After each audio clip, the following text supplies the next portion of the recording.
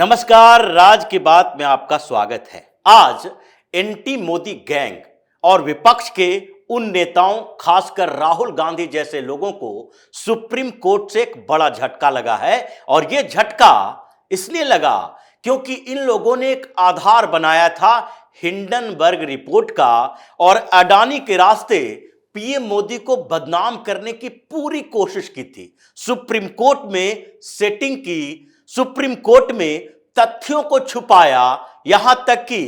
Parliamentary committee के नाम पर बार बार हंगामा किया, संसद के बाहर, संसद के अंदर हंगामा किया और फिर यह सुप्रीम कोर्ट में जाकर कोशिश करने लगे कि वहां तो हमारे पास बड़े वकीलों की फौज है और उनकी सेटिंग है, तो वहां तो हमें फायदा मिल ही जाएगा। लेकिन आखिरकार सुप्रीम कोर्ट से भी इन लोगों को झटका लगा क्योंकि तथ्य ही ऐसे थे कि सुप्रीम कोर्ट उन तथ्यों के इर्द गिर्द ही फैसला दे सकता था। और इसलिए आज सुप्रीम कोर्ट ने एक बड़ा फैसला दिया जिसमें एक एक करके इन एंटी मोदी गैंग के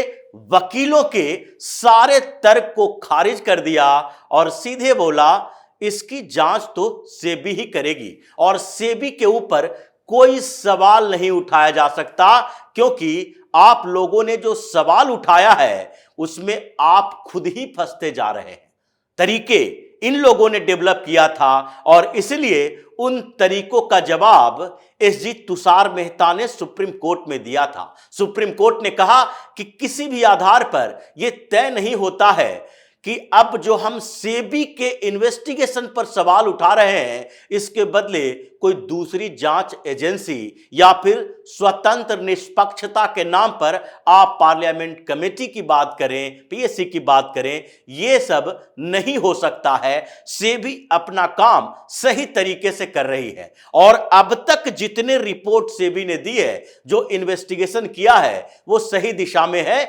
हमारा काम यह नहीं है कि विदेशी रिपोर्ट जो हिंडनबर्ग की आई थी, शॉर्ट सेलिंग कंपनी है, उसके रिपोर्ट के आधार पर अडानी पर सवाल खड़ा करें। हमारा काम यह है कि हम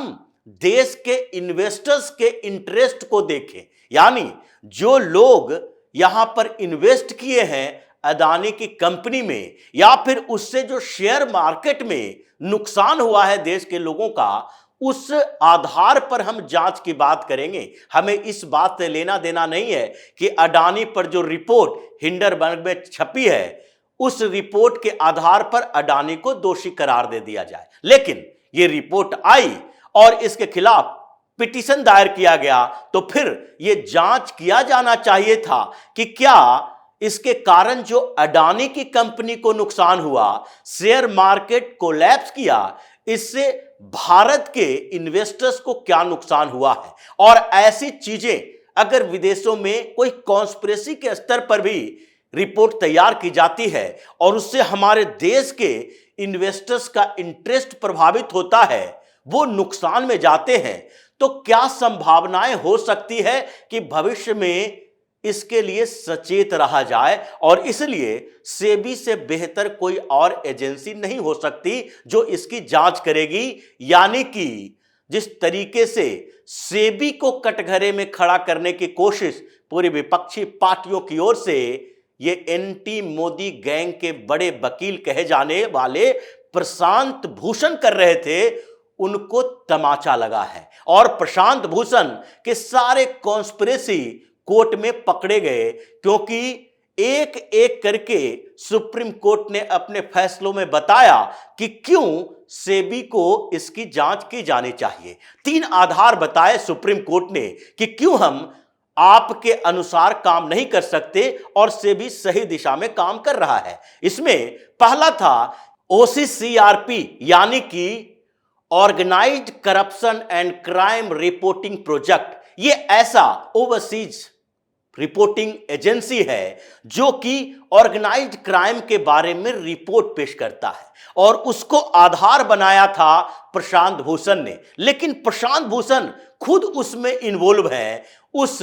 एजेंसी के साथ इनका पुराना संबंध है, ये उससे पैसा लेते हैं और उसमें इनकी भूमिकाएं होती है। इसलिए सुप्रीम कोर्ट ने कहा कि कोई विदेशी आधार पर जो रिपोर्टिंग की गई है ऑर्गेनाइज्ड क्राइम को लेकर, उसको आधार नहीं बनाया जा सकता कि हम सेबी पर सवाल उठाने के लिए ओसीसीआरपी की रिपोर्ट का हवाला दें। दूसरी बात न्यूज़पेपर को लेकर चली थी, जिसमें प्रशांत भूषण जैसे वकीलों ने कहा था कि कई ऐसे रिपोर्ट्स हैं अखबारों में जिसमें यह कहा गया है कि सेबी की भूमिका संदिग्ध हो सकती है, क्योंकि सेबी के बारे में सवाल उठते रहे हैं कि वो स्वतंत्र तरीके से इन मामलों में जांच नहीं कर रही है। और इसमें इन्होंने एक तथ्य को छुपाया भी था और दूसरे तथ्य को उजागर करने की कोशिश की थी, जिसको तुषार मेहता ने सीधे तौर पर कोर्ट के अंदर ही प्रशांत भूषण को नंगा कर दिया था। प्रशांत भूषण ने कहा था कि 2013-14 में DRI, directorate of revenue intelligence ने एक रिपोर्ट दी थी सेबी को अडानी की कंपनियों के लिए कि इनके जो पावर प्रोजेक्ट होते हैं, उस पावर प्रोजेक्ट में जो विदेशों से सामान लाया जाता है उसको ज्यादा दाम बताकर उसमें रेवेन्यू में हेरफेर की जाती है। और इसलिए डीआरआई ने कहा था कि जब ऐसे हमारे पास इनपुट मिल रहे हैं, कुछ कंप्लेन आ रहे हैं, तो सीबी इसको देखे। और सेबी को इसे देखने के लिए कहा गया था, सचेत किया गया था, और फिर भी सेबी ने कोई कार्रवाई नहीं की, ऐसा प्रशांत भूषण ने कोर्ट को बताया था। लेकिन जब कोर्ट में यह मामला चल रहा था तो एसजी तुषार मेहता ने सीधे तौर पर कहा कि आप एक तथ्य को छुपाकर दूसरे तथ्य से कोर्ट को भ्रमित करने की कोशिश कर रहे हैं। जब आप बात कर रहे हैं उस डीआरआई के रिपोर्ट की, चेतावनी की, उसमें सेबी ने क्या क्या कार्रवाई की है, अब उसे भी कोर्ट में बताया जाना चाहिए। और उन्होंने एक एक करके बताया कि 2013 में यह चेतावनी हुई, 14 के बाद जांच हुई और जांच में सेबी ने लगभग सारे मुद्दों पर जांच की और उसके बाद कोई सबूत नहीं मिला तो 2017 में इसे बंद कर दिया गया, क्योंकि यह सबूत सिर्फ सेबी के लिए नहीं था, यह मामला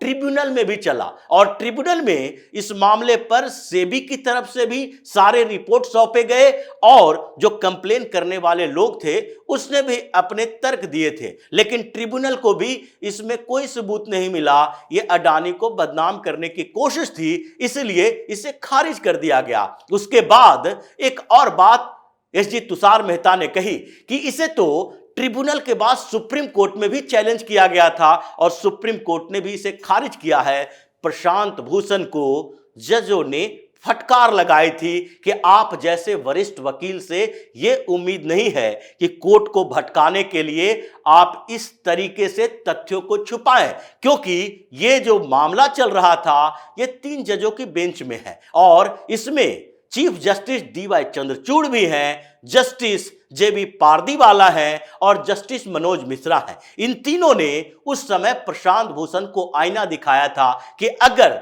आप जैसे वकील ऐसी बातें करेंगे और कोर्ट को भरमाने की कोशिश करेंगे तो आप पर तो जुर्माना लगाना चाहिए, लेकिन यह चेतावनी है, अगली बार से कोई तथ्य लाएं तो उसके पीछे के तथ्यों को छिपाएं नहीं, बल्कि कोर्ट को भ्रमित करने की कोशिश न करें। लेकिन उसके बावजूद प्रशांत भूषण ने एक और मामला उठाया था, हितों का टकराव, यानी कन्फ्लिक्ट ऑफ इंटरेस्ट की बात, जिसको भी सुप्रीम कोर्ट ने अपने फैसले में जगह दी। न्यूज़पेपर, ओसीसीआर की रिपोर्ट और तीसरा मामला हितों का टकराव, कन्फ्लिक्ट ऑफ इंटरेस्ट का मामला था, जिसमें प्रशांत भूषण ने कहा था कि जो अभी सेबी की जांच हो रही है वो शक के दायरे में है और दूसरी तरफ से सुप्रीम कोर्ट ने जो पैनल बनाया उसमें 2 लोग हैं जांच करने वालों में, एक है बैंकर ओपी भट्ट और दूसरे हैं वकील सुंदरेशन। जो दोनों के दोनों हैं उनके ऊपर सवाल उठता है कि सुंदरेशन जो हैं वो पहले बॉम्बे हाईकोर्ट में वकील रहा करते थे, अभी वो बॉम्बे हाईकोर्ट के जज बन चुके हैं, उस समय वकील थे और उनके ऊपर यह सवाल उठाया गया कि 2006 में अडानी की कंपनी की तरफ से इन्होंने केस लड़ा था। चूंकि ये फिनेंशियल एक्सपर्ट हैं तो इसलिए इनको ये मामला अडानी ने सौंपा था। अब उस व्यक्ति पर कैसे ये जिम्मेदारी दी जा सकती है कि आप उसे अडानी की कंपनी के खिलाफ जांच की रिपोर्ट सौंपे। इस पर भी सुप्रीम कोर्ट ने कहा था ये कन्फ्लिक्ट ऑफ इंटरेस्ट का मामला नहीं है। आप भी वकील हैं और यहां पर वकील कई ऐसे हैं जो पॉलिटिशियन हैं। तो क्या अगर कपिल सिब्बल का मामला आए, कपिल सिब्बल किसी के लिए मुकदमा लड़ रहे हैं, तो यह मानकर चले कि वो चूंकि एक पॉलिटिशियन है और अभी सरकार में नहीं विपक्षी पार्टी में है, तो क्या उनको यह माना जाए कि वो वायसनेस के साथ ये मुकदमा लड़ रहे हैं? ये कॉन्फ्लिक्ट ऑफ इंटरेस्ट नहीं हो सकता, क्योंकि आप सवाल किसी के ऊपर बिना तर्क के, बिना कोई लॉजिक के, बिना कोई सबूत के उठा रहे हैं। यह सवाल उठाने के लायक नहीं है। आपके ऊपर भी कई ऐसे सवाल उठ सकते हैं। सवाल तो कोई भी उठा सकता है, लेकिन उसका जवाब तो यही है कि इसमें कोई कन्फ्लिक्ट ऑफ इंटरेस्ट नहीं है। आज अगर सुंदरेशन को इसीलिए जज नहीं बनाया जाए कि उन्होंने कई कंपनियों के मुकदमे लड़े हैं और उन कंपनियों का मुकदमा अगर उनके बेंच में आएगा तो वो कैसे फैसला देंगे, इस आधार पर तो कोई वकील जज ही ना बन पाएगा। इसलिए सेबी के खिलाफ जो 3 आधार इन्होंने दिया था, OCCRP की रिपोर्ट, न्यूज़पेपर के सवाल जो कि सेबी के ऊपर उठाए गए थे, और तीसरा हितों का टकराव, ये तीनों को सुप्रीम कोर्ट ने सीधे तौर पर खारिज कर दिया और कहा कि अभी तक जो 24 मामले थे उसमें से 22 में सेबी ने अपनी रिपोर्ट सौंप दी है, इन्वेस्टिगेशन पूरी हो चुकी है, बस 2 बचा है। अब उस 2 के लिए हम किसी दूसरे एजेंसी को इसकी जांच के लिए नहीं कर सकते, इसलिए 2 और रिपोर्ट जो है उसको 3 महीने में पूरा करे और सेबी उसकी रिपोर्ट सौंपे। इसलिए अब पूरी तरीके से यह सेबी के जांच के दायरे में आएगा। और जिस तरीके से इन लोगों ने एक कॉन्स्पिरेसी की थी कि कम से कम ये 2024 के चुनाव से पहले अडानी पर कोई ऐसा फैसला सुप्रीम कोर्ट से आए जिससे कि फिर से राहुल गांधी टारगेट कर सके, पीएम मोदी और अडानी के रिश्तों पर सवाल उठा सके, लेकिन ये पूरा का पूरा एजेंडा खारिज हो गया। प्रशांत भूषण को नंगा कर दिया गया कोर्ट के अंदर, तुषार मेहता ने किया और जजों ने फटकार लगाई। विपक्ष का सारा एजेंडा इस मामले में फेल हो गया है, इसलिए बौखलाहट है। और इस बौखलाहट का नतीजा देखेंगे कि फिर से एक बार अडानी को लेकर ये हंगामा करने वाले हैं। तो इसी तरह की खबरों के साथ फिर से हाजिर होंगे, तब तक के लिए बने रहिए हमारे साथ और देते रहिए हमें सहयोग, ताकि इसी तरह की खबर हम आपके लिए लाते रहें। धन्यवाद।